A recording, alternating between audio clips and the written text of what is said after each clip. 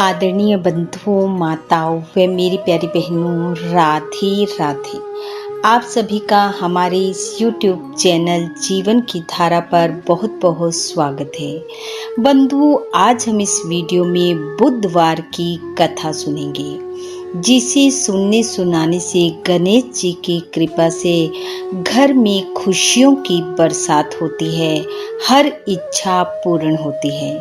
कथा कहानी सुनने के बाद यदि आप हमारे चैनल पर नए हैं तो कृपया हमारे चैनल को सब्सक्राइब करें, बेल आइकन को प्रेस करें ताकि हमारी वीडियो की नोटिफिकेशन सबसे पहले आप तक पहुंचे।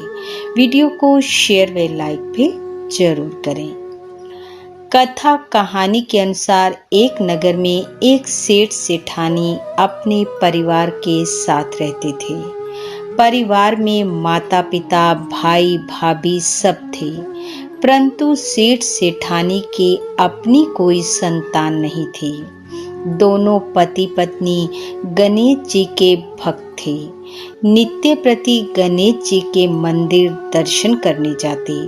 बुधवार के दिन गणेश जी का व्रत रखते, पूजन करते, कथा सुनते। फिर ब्राह्मण ब्राह्मणी को भोजन करवा स्वयं भोजन करते। सेठ अपनी पत्नी से कहता, गणेश जी की कृपा से हमारा भरा पूरा परिवार है, सब हमसे प्रेम करते हैं। एक दिन गणेश जी हमें संतान सुख भी अवश्य देंगे। सेठानी सेठ से कहती, वह सब तो ठीक है, लेकिन आपके परिवार वाले पीठ पीछे मुझे बांझ कहते हैं, जिससे मैं दुखी हो जाती हूँ। सेठानी की बात सुनकर सेठ भी उदास हो गया। अगले दिन दोनों सुबह सवेरे जल्दी उठे और गणेश जी के मंदिर में पहुंच गए। जाकर गणेश जी को अपना दुख सुनाया, कुछ समय वहां बिताया और फिर वापस घर के लिए निकल पड़े। जैसे ही वह दोनों मंदिर से बाहर आए, उन्होंने देखा एक छोटा सा बालक, जिसकी आयु मात्र 3-4 वर्ष की है, बैठा रो रहा है और माँ माँ पुकार रहा है। दोनों बालक के पास गए। इतने में पुजारी जी भी वहां आ गए। उन्होंने पूछा, किसका बालक है? वे दोनों कहने लगे, हमें नहीं पता। आसपास सबसे पूछा गया, पर किसी ने भी उस बालक को नहीं पहचाना। तब पुजारी जी कहने लगे, आप इसे अपने घर ले जाओ, यदि कोई पूछता हुआ आएगा तो मैं तुम्हारे घर भेज दूंगा। दोनों पति पत्नी बालक को पाकर खुश थे। उसे अपने घर ले आए और खूब लाड चाव से उसे रखने लगे। समय बीता, लेकिन कोई भी उस बालक को लेने नहीं आया।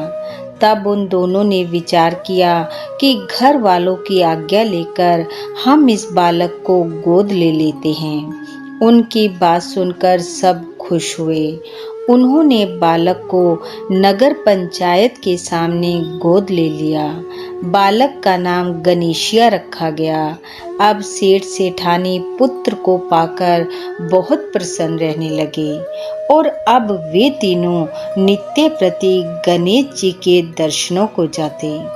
एक दिन उस नगर में एक ठग पति पत्नी आए और सोचने लगे कि इस नगर के सबसे अमीर व्यक्ति को वह ठगेंगे। वे दोनों गणेश जी के मंदिर के सामने से गुजरने लगे तो कुछ देर मंदिर की सीढ़ियों पर बैठ गए। उन्हें बैठा देखकर पुजारी जी आए। पूछा, तुम कौन हो और यहाँ क्यों बैठे हो? वे दोनों मौन रहे।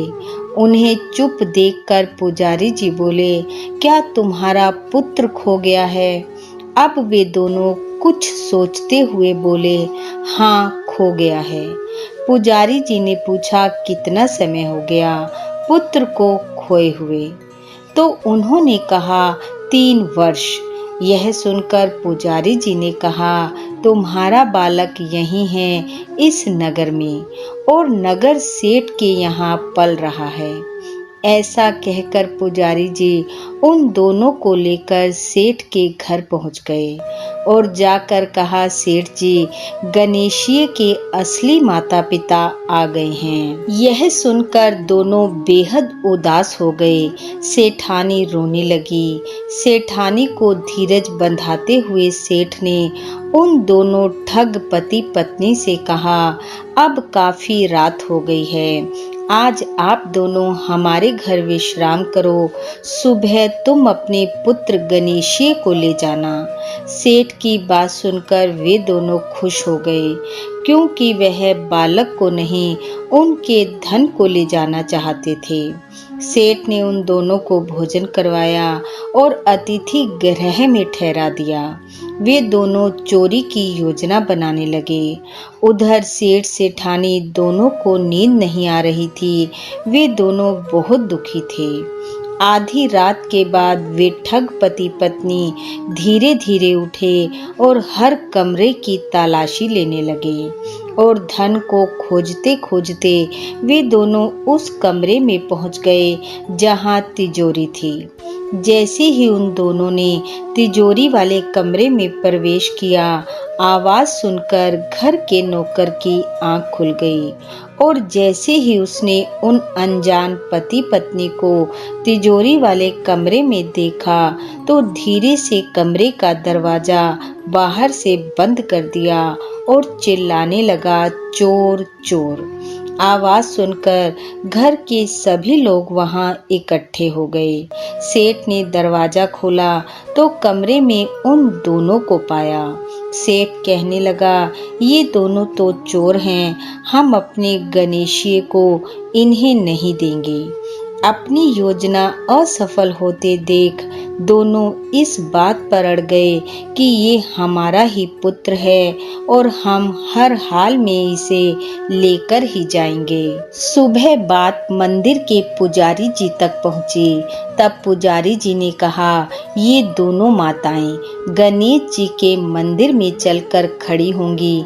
सामने गणेशिये को खड़ा किया जाएगा और जिसके आंचल से दूध की धार निकलकर गणेशिये के मुंह तक जाएगी, वह उसका ही पुत्र होगा।